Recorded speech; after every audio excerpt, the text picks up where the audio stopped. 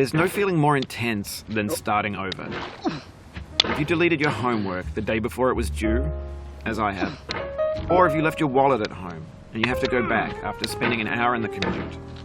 If you won some money at the casino and then put all your winnings on red but it came up black. If you got your best shirt dry cleaned before a wedding and then immediately dropped food on it.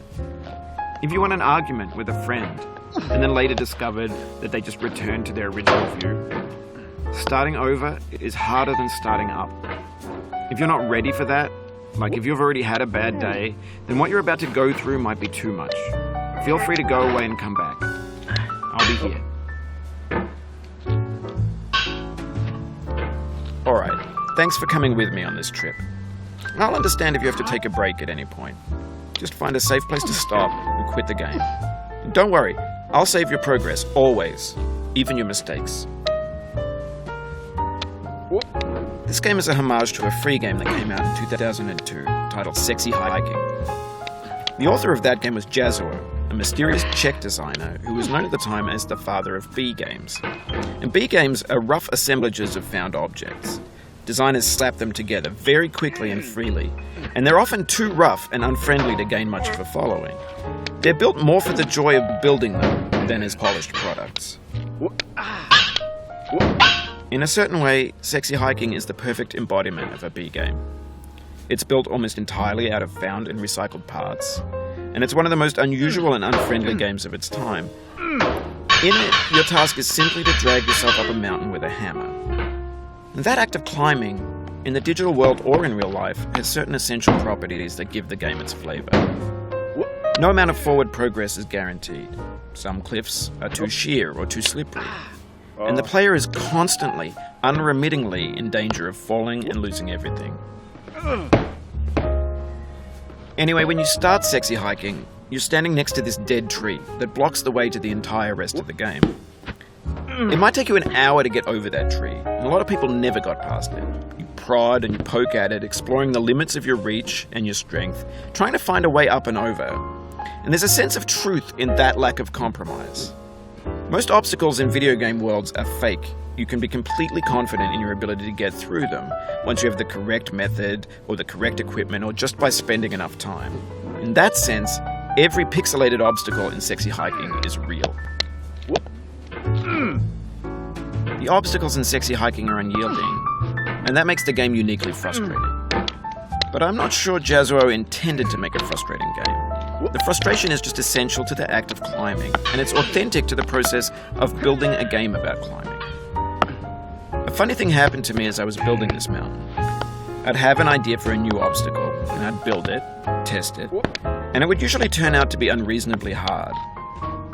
But I couldn't bring myself to make it easier. It already felt like my inability to get past the new obstacle was my fault as a player rather than as a builder. Imaginary mountains build themselves from our efforts to climb them, and it's our repeated attempts to reach the summit that turns those mountains into something real. When you're building a video game world, you're building with ideas, and that can be like working with quickset cement. You mold your ideas into a certain shape that can be played with, and in the process of playing with them, they begin to harden and set until they're immutable, like rock. And at that point, you can't change the world. Not without breaking it into pieces and starting fresh with new ideas. For years now, people have been predicting that games would soon be made out of prefabricated objects, bought in a store and assembled into a world. And for the most part, that hasn't happened, because the objects in the stores are trash.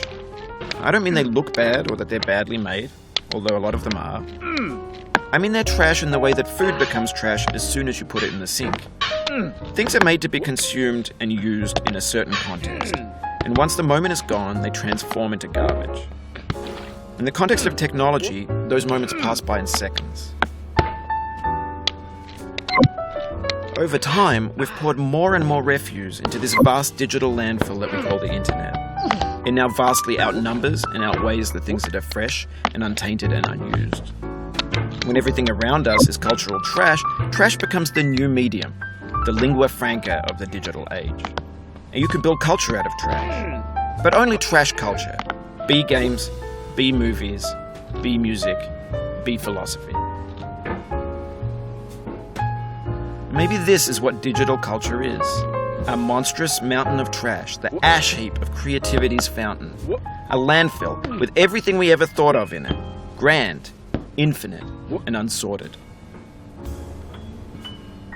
There's 3D models of breakfast, Gen X's fanfic novels, Scan magazines, green screen Shia LaBeouf, banned snuff scenes on LiveLeak.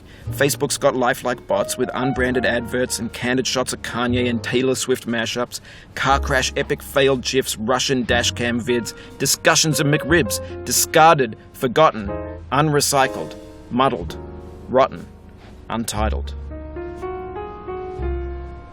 Everything's fresh for about 6 seconds, until some newer thing beckons, and we hit refresh. And there's years of persevering disappearing into the pile, out of style, out of sight. In this context, it's tempting to make friendly content that's gentle, that lets you churn through it but not earn it. Why make something demanding if it just gets piled up in the landfill, filed in with the bland things? When games were new, they wanted a lot from you. Daunting you, taunting you, resetting and delaying you. Players played stoically. Now everyone's turned off by that. They want to burn through it quickly, a quick fix for the fickle, some tricks for the clicks of the feckless. But that's not you, you're an acrobat. You could swallow a baseball bat. Now I know, most likely you're watching this on YouTube or Twitch, while some dude with 10 million views does it for you. Like a baby bird being fed chewed up food. That's culture too. But on the off chance that you're playing this, what I'm saying is, trash is disposable, but maybe it doesn't have to be approachable. What's the feeling like? Are you stressed? I guess you don't hate it if you got this far. Feeling frustrated? It's underrated. Oh no. An orange is sweet, juicy fruit locked inside a bitter peel. That's not how I feel about a challenge. I only want the bitterness. It's coffee. It's grapefruit. It's licorice.